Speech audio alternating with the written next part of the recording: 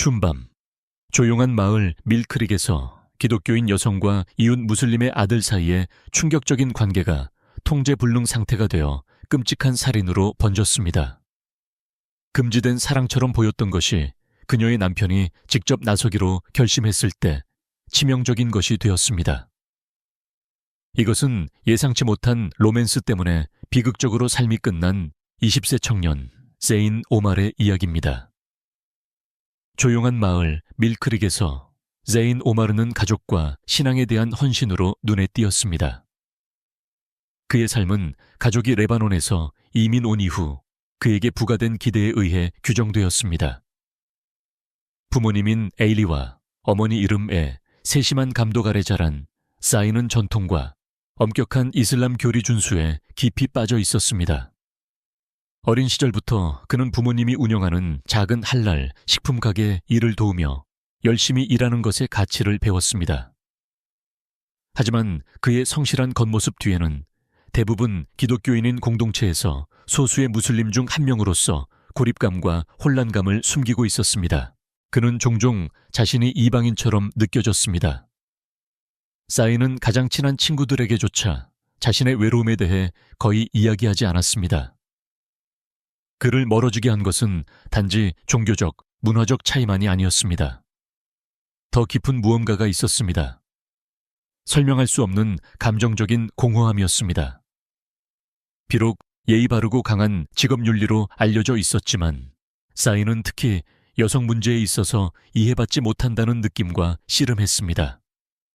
그는 경계를 존중하고 자신의 신앙 밖의 관계를 피하도록 교육받았습니다. 하지만 그의 마음은 연결을 갈망했습니다. 20대의 자인은 부모님의 기대와 도달할 수 없을 것 같은 세상을 탐험하고 싶은 개인적인 욕망 사이에서 갈등했습니다. 길 건너편에는 사인이 오랫동안 알고 지냈지만 결코 가깝지 않았던 해리슨 가족이 살고 있었습니다. 세인보다 2배 나이 많은 여성인 세라 해리슨은 지역 사회 활동 참여로 잘 알려져 있었습니다. 겉으로는 그녀는 이상적인 기독교인 아내처럼 보였습니다. 그녀는 교회에서 자원봉사를 하고 자선 행사를 조직하고 도움이 필요한 이웃에게 도움을 제공하며 하루를 보냈습니다. 하지만 시간이 흐르면서 사라의 삶은 남편 마이클의 감정적 부재로 특징지어졌습니다. 그는 직업적으로는 성공했지만 마이클은 결혼 생활에서 점점 더 멀어져 갔고 직장에서 오랜 시간을 보내며 사라가 홀로 하루하루를 감당하도록 남겨두었습니다. 이제 42세인 사라는 마이클과 깊은 사랑을 나누었던 젊은 시절을 자주 회상했습니다. 그 시절은 지나가고 일상과 차가운 침묵에 자리를 내주었습니다. 그녀는 성공한 여성이라는 겉모습에도 불구하고 보이지 않는 존재처럼 느껴지는 지점에 도달했습니다. 사라는 다정함을 갈망했습니다. 그녀가 쌓아 올린 삶은 공허하게 느껴졌습니다. 그녀의 자선 활동은 결혼 생활에 벌어진 구멍에서 주의를 돌리는 것일 뿐이었습니다. 그녀가 갈망했던 관심은 먼 기억처럼 느껴졌고 다시는 느끼지 못할까 두려워하는 것이었습니다. 2011년 1월 사인과 사라가 지역 사회 프로그램 중에 마주쳤을 때 그것은 우연한 만남처럼 보였습니다. 그들은 이전에는 거의 이야기하지 않았지만 그날 그들의 대화는 쉽게 흘러갔습니다. 처음에는 모든 것이 순수했습니다. 사라는 제인에게 어른의 삶을 헤쳐나가는 방법에 대한 조언을 해주고 인생의 어려움에 대한 지혜를 나누어 주었습니다. 그는 그녀의 자신감과 우아함에 매료되어 귀 기울였습니다. 사인에게 사라는 새로운 무언가를 대표했습니다. 그의 평범한 세상 밖의 사람, 그에게 관심을 보여주고 그를 단순히 무슬림 식료품 가게 주인의 아들 이상으로 봐주는 사람이었습니다. 대화를 나누면서 사라는 제인의 조용한 강인함과 연약함에 끌리는 자신을 발견했습니다. 몇 년 동안 느껴보지 못했던 감정이었습니다. 다음 몇 주 동안 그들의 만남은 더 잦아졌습니다. 그들은 교회 행사 후에 이야기하거나 동네에서 마주칠 때 짧은 말을 주고받았습니다. 순수한 대화로 시작된 것이 곧 더 큰 무언가로 발전했습니다. 사인과 사라 모두 그들 사이에 말하지 않은 유대감이 자라나는 것을 느꼈습니다. 처음에는 감히 인정하지 못했던 유대감이었지만 집에서 부족했던 관심을 절실히 필요로 했던 사라는 더 많은 것을 갈망하는 자신을 발견했습니다. 그리고 사인은 이것이 자신이 배운 모든 것에 반하는 일이라는 것을 알면서도 사라의 따뜻함과 이전에는 결코 느껴보지 못했던 방식으로 이해받는 느낌에 매료되었습니다. 2011년 3월 12일, 세인의 부모님이 집에 돌아와 아들이 냉혹하게 살해된 것을 발견했을 때 모든 것이 무너졌습니다. 경찰이 출동했고 즉시 수사가 시작되었습니다. 지역사회는 충격에 빠졌습니다. 어떻게 그들의 평화로운 마을에서 그토록 잔혹한 범죄가 일어날 수 있었을까요?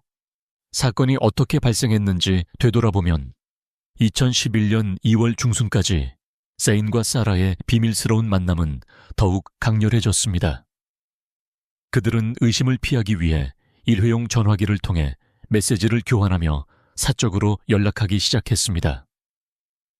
그들은 만날 은밀한 장소를 찾았고 그들의 관계는 빠르게 육체적인 관계로 발전했습니다. 그것은 둘 다 예상하지 못했던 열정의 소용돌이였고 둘 다 비밀이 주는 스릴에 사로잡혔습니다. 그러나 그들의 로맨스가 깊어짐에 따라 그들이 감수하는 위험도 커졌습니다. 사라는 점점 더 무모해져 마이클에게 설명할 수 있는 것보다 더 오랫동안 집 밖에서 밤을 보냈고 사인은 아버지의 감시하는 눈길을 피하며 가족과 멀어지기 시작했습니다. 그들의 비밀의 무게는 날이 갈수록 무거워졌지만 멈출 수는 없었습니다. 매번의 만남은 그들의 혹독한 현실로부터의 탈출처럼 느껴졌지만 바로 앞에 다가오는 결과를 알지 못했습니다. 2011년 3월 초, 마이클의 의심이 커지기 시작했습니다. 그는 항상 사라를 신뢰했지만 최근 그녀의 행동은 이상하게 보였습니다. 그녀는 종종 넋이 나가 있었고 그녀의 부재는 무시하기 점점 더 어려워졌습니다. 3월 3일, 사라가 샤워를 하고 있을 때 마이클은 우연히 그녀의 전화기에서 익명의 문자 메시지를 발견했습니다. 메시지는 노골적이지 않았지만 경각심을 불러일으키기에는 충분했습니다. 그는 그녀의 늦은 밤 외출과 설명할 수 없는 부재를 연결하기 시작했습니다. 하지만 그녀에게 맞서는 대신 마이클은 침묵하기로 결정했습니다. 더 많은 정보를 모으기로 결심한 동시에 제인의 아버지 에일리는 아들의 행동 변화를 감지하기 시작했습니다. 한때 그들의 식료품 가게에서 믿음직한 일꾼이었던 사인은 자신의 의무를 소홀히 하고 종종 설명 없이 사라졌습니다. 에일리는 무언가 잘못되었다고 느꼈지만 정확히 무엇인지는 알 수 없었습니다. 그의 직감은 자인이 가족과 멀어지고 있다고 말했고 이는 그를 매우 불안하게 했습니다. 그는 자인에게 자신들의 신앙 밖에 있는 사람들과 너무 가까워지지 말라고 나름대로 경고했습니다. 둘 중 누구도 예측할 수 없었던 재앙이 다가오고 있음을 느끼며 로맨스는 계속되었습니다. 사라와 자인 모두 불장난을 하고 있다는 것을 알았습니다. 그들은 벽이 그들 주위로 조여오는 것을 느끼기 시작했습니다. 사라는 상황에 대한 통제력을 잃어가고 있었고 사인은 자신이 알던 삶과 지금 걷고 있는 위험한 길 사이에서 점점 더 갈등을 느꼈습니다. 하지만 두려움과 위험에도 불구하고 누구도 떠날 수 없었습니다. 금지된 사랑의 스릴은 다가오는 결과를 압도했고 그들이 비밀리에 구축한 세상은 곧 무너질 것 같았습니다. 3월 초까지 해리슨 집안의 긴장감은 감돌았습니다. 마이클은 사라의 늦은 밤 부재와 산만한 행동에 대해 점점 더 의심하게 되었습니다. 한때 신뢰했던 그의 본성은 무너지고 밤낮으로 그를 괴롭히는 커져가는 배신감에 자리를 내주었습니다. 2011년 3월 9일 저녁, 며칠간의 조용한 관찰 끝에 마이클은 마침내 사라의 행동에 대해 그녀와 대면했습니다. 그는 미묘한 단서들, 거른 저녁 식사, 설명할 수 없는 외출, 그리고 그녀의 전화기에 온 익명의 문자 메시지를 통해 그의 분노를 키울 충분한 증거를 찾았습니다. 그가 희미하게 불이 켜진 부엌에 서 있을 때 세라는 모든 것을 부인하려 했지만 목소리가 떨렸습니다. 한때 공들여 쌓았던 그녀의 거짓말은 이제 마이클의 차가운 시선 아래 무너졌습니다.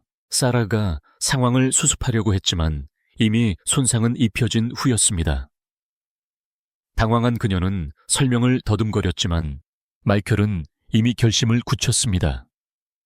몇 주 동안 억눌렀던 분노가 끓어오르기 시작했고 그의 의심은 더 위험한 무언가로 구체화되었습니다. 그의 아내가 바람을 피우고 있었습니다. 마이클은 머릿속을 맴도는 이미지들을 떨쳐낼 수 없었습니다. 사라가 다른 남자와 함께 있는 그가 만들어낸 이미지들이었습니다. 그의 생각은 걷잡을 수 없이 질주했고 그녀가 부인할 때마다 배신이 진짜라는 확신은 더욱 커졌습니다. 다음 날 아침 2011년 3월 10일 마이켈은 직접 해결하기로 결심했습니다. 그는 정오 직후 집을 나서는 사라를 조용히 따라갔습니다. 그녀는 그가 이전에 그녀가 방문하는 것을 본 적이 없는 곳으로 향하고 있었습니다. 그는 눈에 띄지 않도록 충분히 멀리 떨어져 거리를 유지했습니다. 사라는 그를 지역 모스크 뒤에 외딴 장소, 나무들 사이에 숨겨져 있어 그녀가 방문하리라고는 상상도 할 수 없었던 곳으로 이끌었습니다. 마이클은 그녀가 젊은 남자를 만나는 것을 경악하며 지켜보았습니다. 그는 길 건너편에 살던 소년, 제인 오마르를 즉시 알아봤습니다. 그가 동네에서 자라는 것을 보았던 소년이었습니다. 그림자 속에서 마이클은 그들이 껴안는 것을 지켜보았고 몇 주 동안 붙잡고 있던 모든 자제력이 순식간에 무너졌습니다. 세인의 품에 안긴 사라의 모습은 그를 눈이 멀 정도의 모든 것을 삼킬 듯한 질투심으로 가득 채워 그가 거의 생각할 수 없게 만들었습니다. 그 순간 조용하고 계산적인 사업가는 사라졌습니다. 그는 복수심, 정의감, 그를 꿰뚫는 고통을 멈출 무언가에 대한 필요성에 사로잡혔습니다. 그날 밤 해가 질 무렵 마이켈은 결정을 내렸습니다. 그는 자신이 해야 할 일을 알았습니다. 밤 11시경 어두컴컴한 거실에서 몇 시간 동안 분노로 들끓은 후 그는 위층에서 잠든 사라를 남겨두고 집에서 몰래 빠져나왔습니다. 그는 길을 건넜습니다. 부엌칼을 쥔 그의 손이 떨렸습니다. 이것은 냉혹한 살인자의 계획적인 행동이 아니라 모든 것을 빼앗겼다고 느낀 남자의 충동적인 결정이었습니다. 그는 순수한 감정, 더 이상 통제할 수 없는 충동에 따라 행동했습니다. 세인의 부모님은 그 주 최가족을 방문하기 위해 도시를 떠났기 때문에 집은 조용했습니다.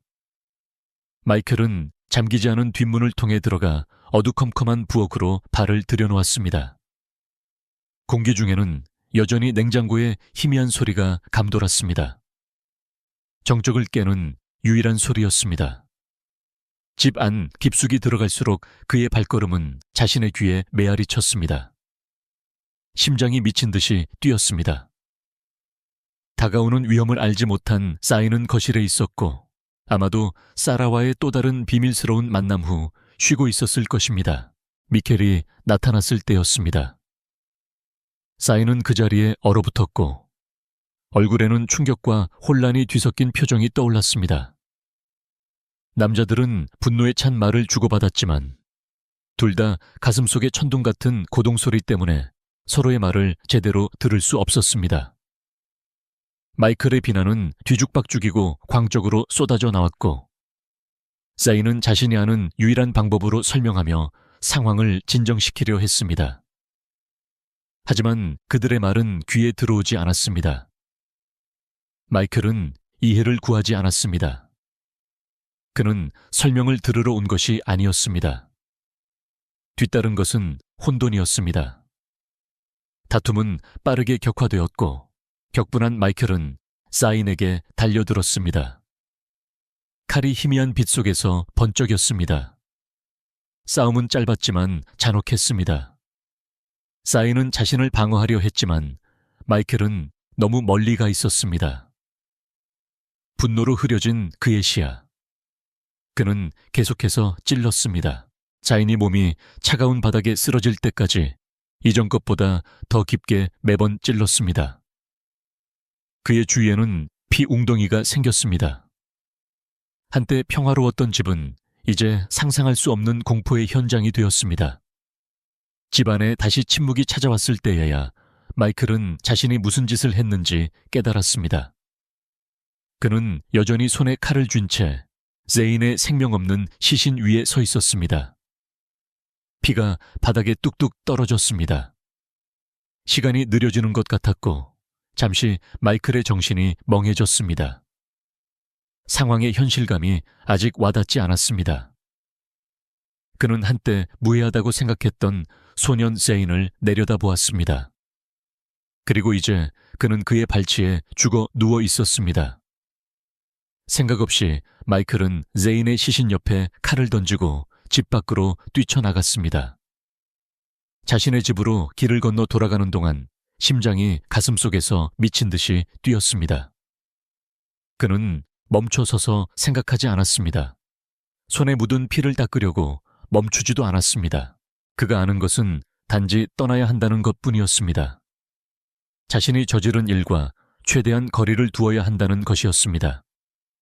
현관문에 도착했을 때 자신의 행동에 대한 자각이 파도처럼 밀려왔습니다. 그는 방금 사람을 죽였습니다. 부엌 싱크대에서 손에 묻은 피를 씻어내는 동안 그의 손은 걷잡을 수 없이 떨렸고 물은 역겨운 붉은 빛을 띠었습니다. 그는 시계를 흘끗 보았습니다. 2011년 3월 12일 자정이 막 지난 시간이었습니다. 이제 돌이킬 수 없었습니다. 그날 밤 마이켈은 침대에서 잠 못 이루고 천장을 응시했습니다. 사라는 길 건너편에서 벌어진 끔찍한 일을 전혀 모른 채 옆에서 조용히 잠들어 있었습니다. 방금 저지른 일의 무게가 그를 짓눌렀고 어둠 속에서 숨 막히게 했습니다. 그는 격분하여 행동했고 이제 아무도 그렇게 할 수 없을 것입니다. 사인은 죽었고 진실은 곧 밝혀질 것입니다. 하지만 지금은 자신의 집의 고요함 속에서 마이클은 자신이 필요한 일을 했다고 스스로를 설득하려 했습니다. 그는 자신의 결혼, 자존심, 평판을 지켰습니다. 비록 잘못된 일이었지만 옳다고 생각하는 일을 했습니다. 그리고 시간이 흐르면서 그는 얼마나 오랫동안 진실을 숨길 수 있을지 궁금해했습니다. 2011년 3월 12일 아침까지 밀크릭의 조용한 거리는 결코 예전 같지 않을 것입니다. 공기는 이상하리만치 고요했습니다. 에일리와 아미라 오마르가 가족 방문을 마치고 집으로 돌아왔을 때 문턱을 넘어서면 그들을 기다리고 있을 비극을 알지 못했습니다. 뭔가 잘못된 것 같았습니다. 집 안은 섬뜩할 정도로 조용했고 항상 그들을 맞이하러 나왔던 아들 사인의 흔적은 없었습니다. 에일리가 그의 이름을 불렀지만 대답이 없었습니다. 에이미라가 그를 먼저 발견했습니다. 그 광경은 감당하기 너무 힘들었습니다. 그들의 사랑하는 아들 사인이 거실에 차갑고 숨쉬지 않는 채 누워 있었습니다. 그의 피가 바닥을 흥건히 적시고 있었습니다. 한때 생명으로 가득 찼던 그의 몸은 이제 부서져 있었습니다. 그들이 아직 이해할 수 없는 폭력에 의해 빼앗겼습니다. 에이미라의 비명은 아침의 정적을 갈랐고 그 비명은 에이리의 남은 삶 동안 그를 괴롭힐 것입니다. 이후의 순간들 속에서 그들의 삶은 영원히 산산조각 날 것입니다. 그들은 가장 끔찍한 방식으로 아들을 잃었습니다. 경찰은 빠르게 도착했습니다. 그들의 번쩍이는 경광등이 동네의 평온함을 깨뜨렸습니다. 경찰관들이 집 안으로 들어섰습니다. 수년간의 경험으로 굳어진 얼굴이었지만 그들조차 범죄의 잔혹성에 충격을 받았습니다. 불과 20세의 젊은이가 자신의 집이라는 안전한 공간이어야 할 곳에서 잔인하게 살해당했습니다. 수사는 즉시 시작되었고 형사들은 증거를 찾기 위해 집을 샅샅이 뒤졌습니다. 이것이 무작위 폭력 행위가 아니라는 것을 깨닫는 데는 오래 걸리지 않았습니다. 이 살인은 개인적인 원한이었습니다. 3월 15일까지 수사는 해리슨 부부에게 초점을 맞추었습니다. 형사들이 제인의 통화 기록을 검토했을 때 그들은 불안한 연결고리를 발견했습니다. 사라 해리슨의 번호가 너무 자주 나타났습니다. 사라와 그녀의 남편 마이켈은 신문을 위해 연행되었고 그들이 오랫동안 공들여 유지해온 가면이 금가기 시작했습니다. 처음에는 사라가 모든 것을 부인했습니다. 그녀는 자신을 지역 사회에 문제 있는 젊은이를 돕기 위해 최선을 다하는 독실한 기독교인 아내로 포장했습니다. 하지만 신문의 압박 속에서 그녀의 이야기는 흔들렸습니다. 수사관들은 그녀의 초조함, 자인과의 관계에 대해 물었을 때 손이 떨리는 방식을 알아차렸습니다. 비록 평정을 유지하려 애썼지만 죄책감이 얼굴에 쓰여 있었습니다. 마이클의 알리바이는 더욱 약했습니다. 그는 살인사건이 있던 밤 늦게까지 일했다고 주장했지만 세부 사항은 모호했습니다. 형사들이 더 많은 정보를 얻기 위해 그를 압박하자 그의 이야기는 모순으로 가득했습니다. 그들은 그의 커져가는 불안감을 느꼈습니다.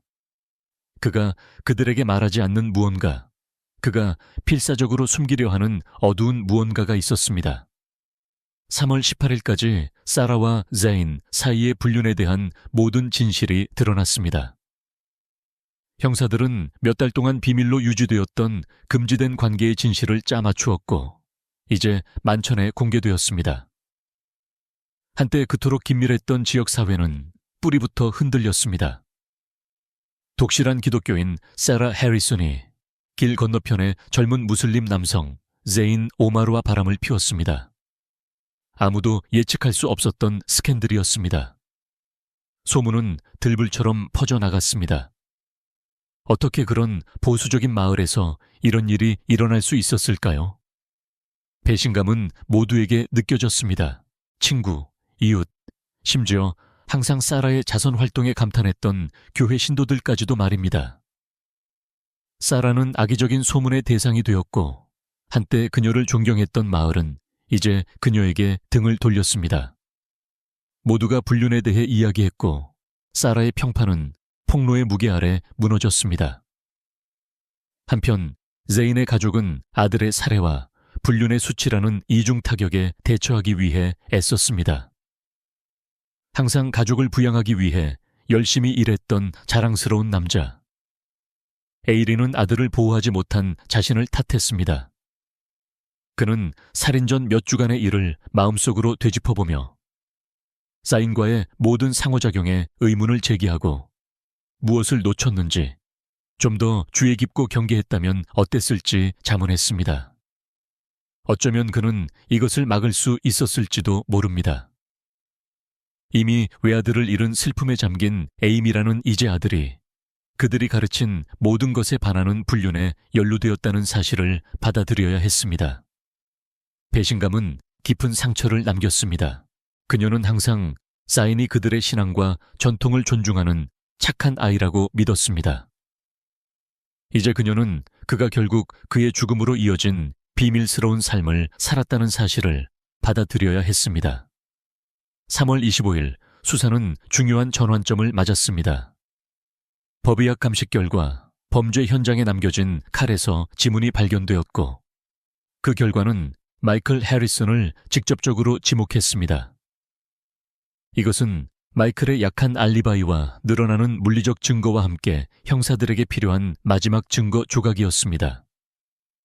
사인을 살해한 사람이 누구인지는 분명했습니다. 체포는 불과 사흘 후인 3월 28일에 이루어졌습니다. 경찰은 이른 아침 해리슨의 집에 도착했습니다. 세인의 시신이 발견된 날처럼 지치고 패배한 모습에 마이클은 수갑이 채워져 끌려갈 때 저항하지 않았습니다. 사라는 문가에서 지켜보았습니다. 얼굴이 창백해졌고 이것이 모든 것의 끝이라는 것을 알았습니다. 그녀의 결혼, 평판, 그녀가 알던 삶, 모든 것이 파괴되었습니다. 수사가 진행됨에 따라 사라의 실제 관여 정도가 면밀한 조사의 대상이 되었습니다. 비록 그녀가 살인에 직접적으로 연루되지는 않았지만 마을은 세인의 죽음으로 이어진 사건에서 그녀의 역할을 무시할 수 없었습니다. 한때 그녀를 존경했던 친구와 이웃들은 이제 혐오감으로 그녀를 대했습니다. 그녀는 자신의 공동체에서 외톨이가 되었고 한때 동맹이라고 생각했던 사람들에게 거부당했습니다. 반면에 마이켈은 법의 엄중한 심판에 직면했습니다. 그에 대한 증거는 압도적이었고 그가 살인죄로 유죄 판결을 받는 것은 시간 문제였습니다. 재판이 다가오면서 그의 한때 자신감 넘치는 태도는 체념감으로 바뀌었습니다. 그는 자신에게 구원이 없다는 것을 알았습니다. 사인의 부모님인 에일리와 에이미라는 산산조각난 삶의 파편들을 끌어모아야 했습니다. 알리는 만약 아들에게 좀 더 주의를 기울였다면 모든 것이 달라졌을 것이라고 믿으며 죄책감에 사로잡혔습니다. 아들의 죽음과 그의 불륜 폭로로 슬픔에 잠긴 에이미라는 사법 시스템에서 위안을 찾지 못했습니다. 그녀는 외아들을 잃었고 어떤 형벌도 그를 되돌릴 수 없었습니다. 재판은 2012년 초에 시작되었고 온 마을이 주의 깊게 지켜보았습니다. 마이클 해리슨은 1급 살인 혐의로 재판에 회부되었고 검찰 측은 지체 없이 그에 대한 유죄 입증 증거를 제시했습니다. 불륜, 대립, 칼의 지문. 모든 것이 배심원들이 볼 수 있도록 공개되었습니다. 불륜에 대한 사라의 관여 역시 공개되었지만 그녀는 법정에서 자신의 행동에 대해 법적 책임을 지지 않았습니다. 관련된 모든 사람들에게 미친 감정적인 피해는 명백했습니다. 제인의 부모님은 조용히 앉아 서로의 손을 잡고 있었습니다. 슬픔이 얼굴에 역력했습니다. 비록 재판을 받지는 않았지만 사라는 매일 출석했고 진행 과정을 지켜보는 그녀의 눈빛은 공허했습니다. 그녀는 이 불륜이 한때 소중히 여겼던 모든 것을 파괴했고 이제 자신의 선택에 대한 죄책감 외에는 아무것도 남지 않았다는 것을 알았습니다. 재판 마지막 날, 배심원단이 평결을 내렸습니다. 유죄. 마이켈은 가석방 없는 종신형을 선고받았습니다. 그것은 누구에게도 위안을 주지 못하는 판결이었습니다. 자인은 여전히 없었고 어떤 처벌도 그것을 바꿀 수 없었습니다. 이후 몇 달 동안 밀크릭 마을은 서서히 앞으로 나아가기 시작했지만 상처는 남았습니다. 자인의 살인은 지역 사회에 지울 수 없는 흔적을 남겼고 불륜에 대한 기억은 한때 해리슨 부부의 친구라고 생각했던 사람들의 마음속에 남아 있었습니다. 비록 법적 처벌은 면했지만 사라는 다른 종류의 판결에 직면했습니다. 그녀는 사회적으로 매장당했습니다. 그녀의 평판은 영원히 더럽혀졌습니다. 그녀는 자신이 초래하는데 일조한 죄책감과 파괴 속에서 자신의 선택의 그늘 속에서 살았습니다. 그녀가 감옥에 있는 마이클을 방문했을 때 질문이 머릿속을 맴돌았습니다. 이것이 그녀가 원했던 삶이었을까? 결국 진정으로 승리한 사람은 아무도 없었습니다. 사인은 죽었고 마이켈은 투옥되었으며 사라는 자신이 초래하는데 일조한 죄책감과 파괴 속에서 살아가야 했습니다. 이와 같은 결말은 우리 각자에게 신앙, 사랑, 배신이 충돌할 때 누가 진정으로 처벌받아 마땅한지 생각하게 합니다. 특히 무슬림 아내가 남편의 사촌과 비밀 연애를 하다가 살인으로 끝난 이 사건과 같은 다른 유사한 사례들을 확인해 보세요. 매일 업데이트되는 내용을 놓치지 않도록 좋아요와 구독을 잊지 마세요.